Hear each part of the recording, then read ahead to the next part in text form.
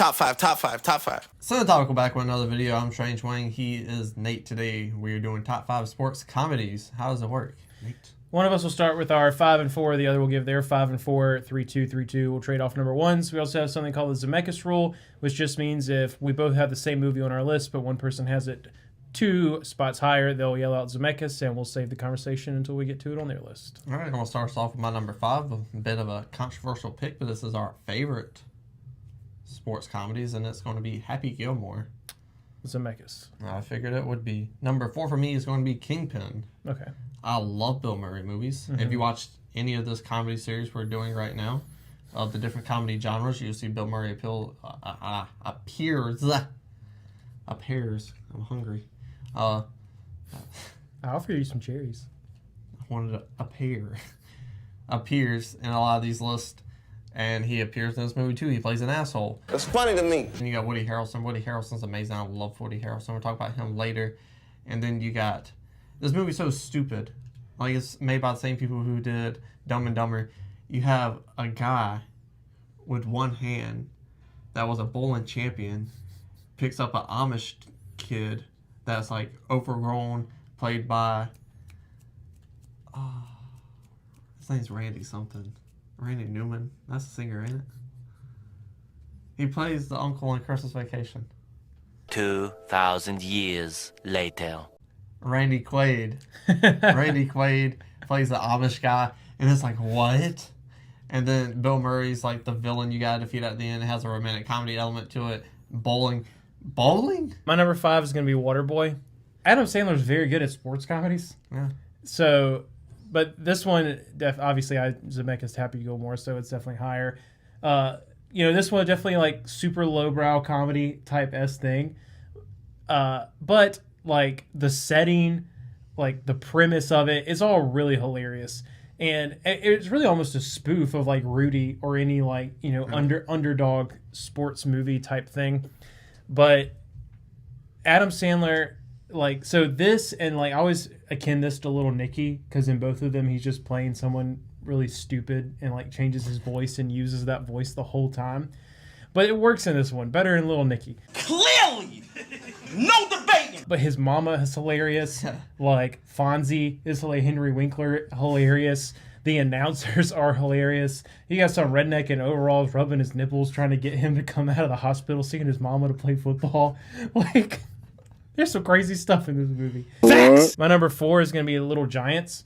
Rick Moranis, I am sad that I understand why he had to get out of Hollywood, but he just plays the most lovable loser in every film he's in, except Spaceballs.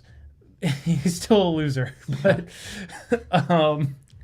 so like, but this one is just really funny. Like, kid comedy is way different than other types of comedy, and when you grow up, a lot of time it doesn't land for you anymore. Like, kids be watching movies all the time, and you're like, "This is dumb. I don't understand why you think it's so funny." But this one sticks for me really, really hard. The stick 'em. I mean, he's out there catching toilet paper. This kid's coming out with the annexation of Puerto Rico. Like, John Madden is in it. So, love a good underdog story. This one has a lot of heart in it, more so than just straight comedy.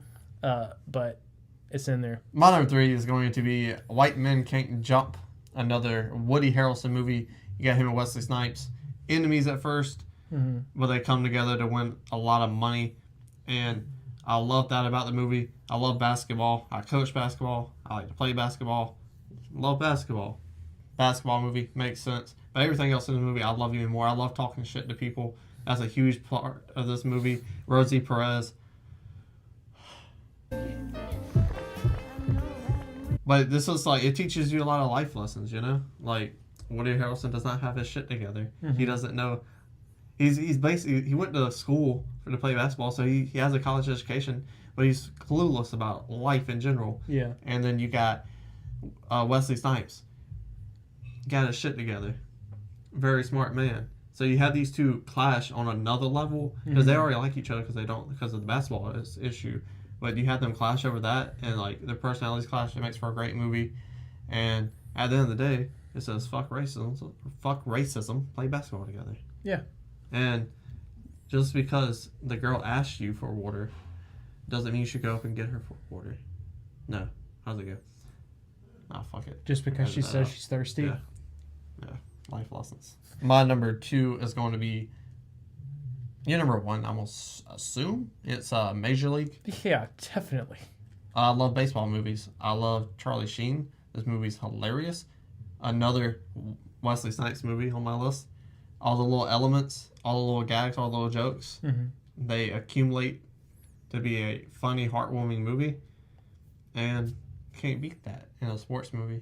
And because that's what a sports movie is. You want a heartfelt movie. Yeah. And this one just happens to be funny as hell. That's a fact. Yeah, Major League is freaking hilarious. I just love that they give every single player on the team, even though they're obviously not everyone could be the main character, right? But they give every single player on the team just like enough of what brought them there to kind of make you care about all of them. Yeah. And some of their reasons are hilarious. Like the voodoo guy is like freaking great. Like Wesley Snipes, how he just kind of like is the walk-on that just showed up and is like stupid fast. Willie Mays Hayes. Yeah. And then like Charlie Sheen's character itself is absolutely hilarious. And it's like, man, he just needed glasses. Who knew? That's all I needed. My number 3 is Talladega Nights. I hate NASCAR. I really do. And I think that's why I appreciate him in this film so much, is because he's stupid and it kind of makes it all look pretty stupid.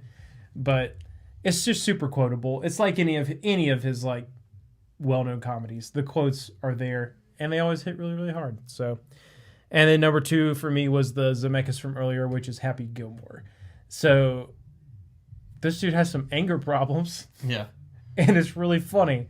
But honestly, like for one scene alone, the whole movie's funny. But just watching him, his stupid little dream where Shooter McGavin starts going at his grandma. That shit is gross. Sandler. This is probably his best comedy from the ever. The whole "you're gonna die" clown. Just like there's so many moving working parts in this. Yeah. It's an incredible movie. He fights Bob Barker. Exactly. The price is wrong, bitch. But my number 1 is not going to be on your list, and it is The Bad News Bears from 1970s. Now, this movie, I love this movie because not only is it funny, not only is it a baseball movie, which I love baseball films, it has heart, and it teaches life lessons. One kid, have you ever seen it?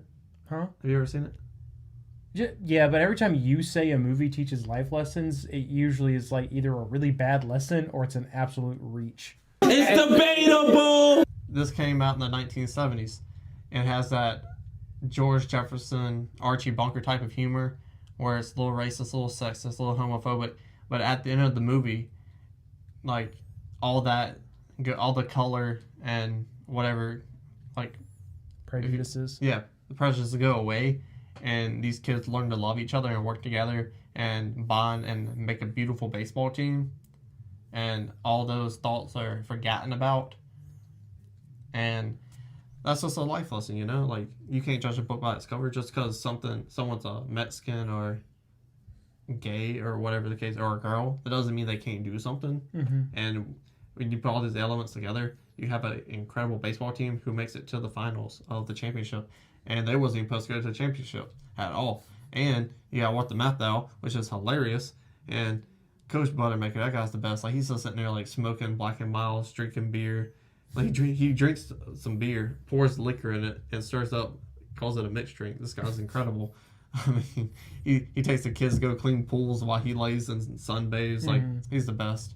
I want to be like What the Mathau in that movie when I get older. And that's the part where you lose me on the lessons. That's fair. Tell us what you think about our list in the comments section below. Scroll back up, hit the like button, and while you're at it, hit the big red one next to it that says subscribe.